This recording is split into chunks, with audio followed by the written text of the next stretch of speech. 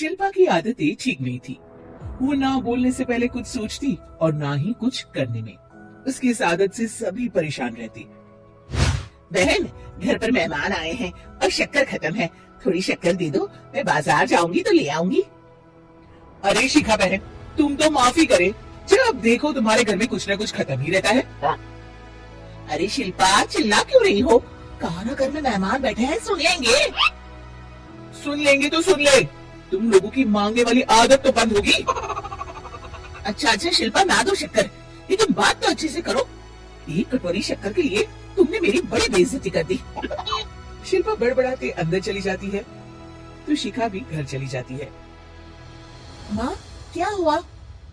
अरे कुछ नहीं बेटा, पता नहीं कहां कहां से ऐसे पड़ोसी आ जाते हैं, जब देखो तब कुछ न कुछ मांगने के लिए घंटी बजाते हैं। अब घंटी बजे तो दरवाजा ना खोलना। पता नहीं माँ की ये आदत कैसे बदलेगी, किसी को कुछ भी बोल देती है, बोलने से पहले सोचती भी नहीं। शिल्पा की ये आदत दिन ब दिन बढ़ती ही जा रही थी। एक दिन शिल्पा के दरवाजे सब्जी वाला आया।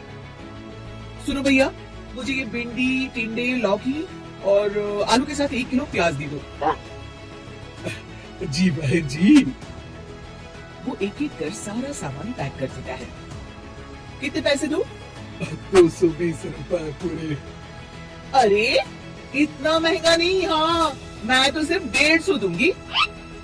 नहीं नहीं, पैसे तो पूरे लूंगा, नहीं तो सब्जी वापस कर दो। ऐसे कैसे वापस कर दूंगी? मैं तो एक भी सब्जी वापस नहीं करूंगी। और हाँ, रही बात पैसों की, तो लेना है तो 150 ले लो, वरना मेरे मोहल्ले में घुसने तक नहीं दूंगी। हाँ। अरे नहीं नहीं बहन, हम लोग गरीब लोग हैं, ऐसा ना करो। पकड़ो ये 150 और दफा हो जाओ। शिल्पा की बेटी अंदर से ये सब देख रही थी। शिल्पा, तूने तो हद कर दी, बेचारा गरीब आदमी, उसका तो गुजारा ही इसी से होता है, बोलने से पहले सोचा कर बेटा। माँ आप चुप रहो, घर चलाना बच्चों का खेल नहीं, और वैसे भी इतनी महंगी सब्जी थोड़ी ना होती है। आपको तो सिर्फ खाने से मतलब है, लेकिन मुझे तो सब सोचना पड़ता है ना। शिल्पा की सास ये बात सुनकर दुखी हो जाती हैं। शिल्पा की बेटी शिल्पा की ये सारी बातें सुन रही होती है।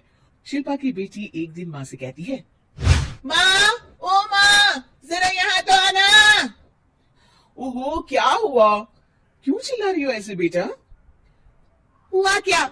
ये देखिए मेरी स्कूल की ड्रेस कितनी गंदी हो गई है, इसे कौन धोएगा? लेकिन ये तो साफ है बेटा, मैंने अपने हाथ से खुद साफ किया है। माँ, ये ड्रेस इतनी गंदी है कि मैं इसे पहन ही नहीं सकती, चलो मुझे बाजार से नई दिलाओ। शिल्पा दुखी हो जाती है और वहां से चली जाती है कि तभी सामने उसकी सास मिल जाती है। शिल्पा, अरे शिल्पा, ये क्या सब्जी बनाई है? ऐसे भी कोई सब्जी बनाता है? शिल्पा सास की इस हरकत से सख्ते में आ जाती है। अरे माँ को तो मैं जो बना दूं उन्हें वो पसंद आ जाता था, फिर आज वो ऐसा व्यवहार क्यों कर रही हैं? शिल्पा कुछ समझ पाती कि थोड़ी ही देर में उसका पति आ जाता है। अरे शिल्पा, ये क्या है? क्या हुआ आपको? ये मेरी अलमारी पूरी अस्त व्यस्त है, तुमसे कोई काम नहीं होता है, सारा दिन पता नहीं क्या करती रहती हो। अरे मैंने तो सारी अलमारी साफ रखी है। इसे तुम साफ कहती हो? ये तो पूरा कूड़ादान लग रही है। शिल्पा परेशान हो जाती है और समझ नहीं पाती है कि उसके साथ क्या हो रहा है। शिल्पा अकेले कमरे में जाती है और जोर जोर से रोने लगती है। तभी वहां उसका पति, सास और बेटी आ जाते हैं।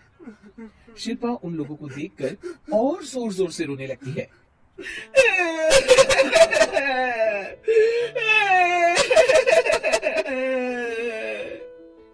कि तभी उसकी सास उससे कहती है, क्या हुआ?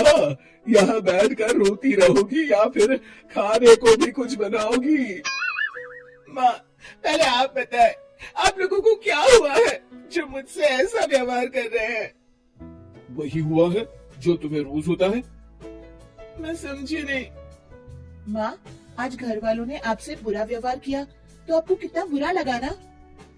हाँ, मुझे बहुत बुरा लगा, मुझे अच्छा नहीं लगता कोई मुझसे इस तरह से बात करे। सही कहा शिल्पा, जो चीज तुम्हें खुद के लिए अच्छी नहीं लगती, वो तुम्हें दूसरों के साथ भी तो नहीं करनी चाहिए। बेटा, हम तुम्हारे अपने हैं, फिर भी तुम्हें अपनों की बात का बुरा लगा। लेकिन सोचो, जिन बाहर के लोगों से तुम ऐसा व्यवहार करती हो, उन्हें कैसा लगता होगा। हाँ माँ, आप सच कह रही हैं। मैं आप लोगों से माफी मांगती हूँ। मुझे कड़वा नहीं बोलना चाहिए। मैं समझ गई। मैं आपकी हूँ, इसलिए आप लोगों ने मुझे सुधरने का वक्त दिया और मेरा साथ दिया। लेकिन जिन बाहर के लोगों से मैं बुरा व्यवहार करती आई, वो लोग मेरे कड़वे बोल से कितने दुखी होते होंगे। मैं वादा करती हूँ, आज से ऐसा व्यवहार किसी के साथ नहीं करूंगी। सीख, हमें दूसरों के साथ वैसा ही व्यवहार करना चाहिए जो हम खुद के लिए अपेक्षा करते हैं।